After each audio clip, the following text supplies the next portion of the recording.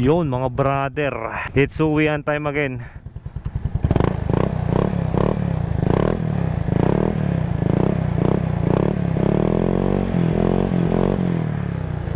Sound check lang, sound check.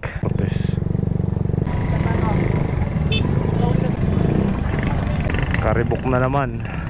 Basta mga labasan talaga alam na.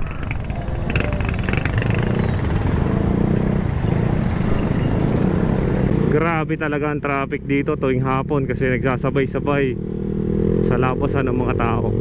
At pagkatapos nga ng paminsalang bagyo, nagsisimula ng gumanda-ganda ang panahon dito sa Batangas. Sana nga ay magtuloy-tuloy na ang panahon, ang magandang panahon, at wag nang umulan. At madami talagang napupurwisyong mga tao pagka ang ulan ay napakalakas ng ulan. Kawaawa naman yung mga kababayan nating mga nasa mabababang lugar.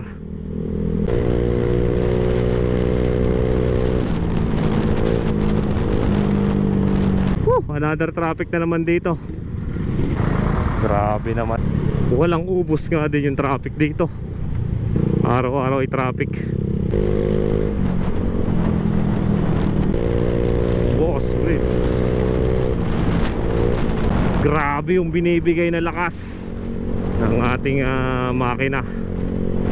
Sariwang sariwa, stock na makina. Sagad na yung bomba natin, pero hindi bumirit. Palibasa maliit lang yung kanyang makina. Kaya pag mga gantong jeep, asahan mo yan, papasok yan dito sa kaliwa. Kaya huwag ka nang lumipat kasi bigla-bigla na lang yan papasok sa kaliwa. Grabe naman yung traffic.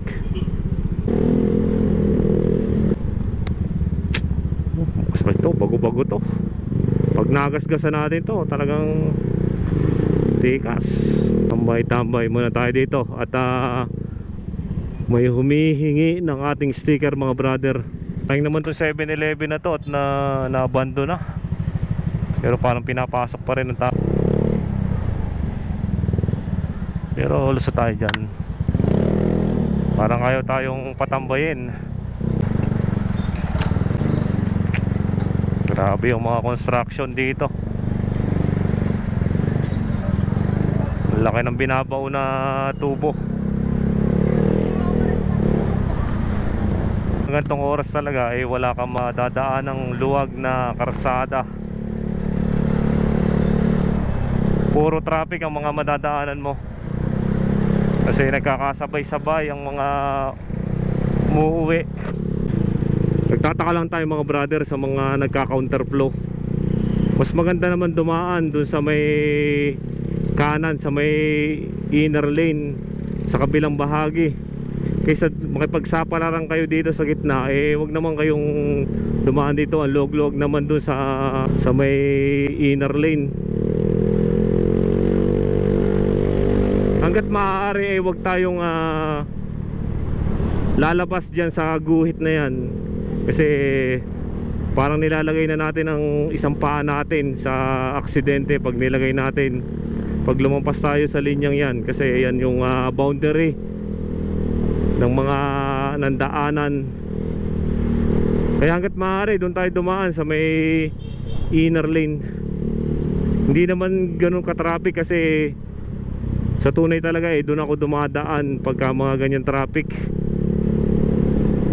At least kahit mabagal at mabagal lang yung takbo mo doon, dahan-dahan, umuusad naman, makakarating din tayo sa ating mga pupuntahan. Kaya hanggat maaari doon tayo dumaan sa inner lane at huwag tayong mag-overtake dito sa gitna. Dito sa may portion na itong may pinturang dilaw,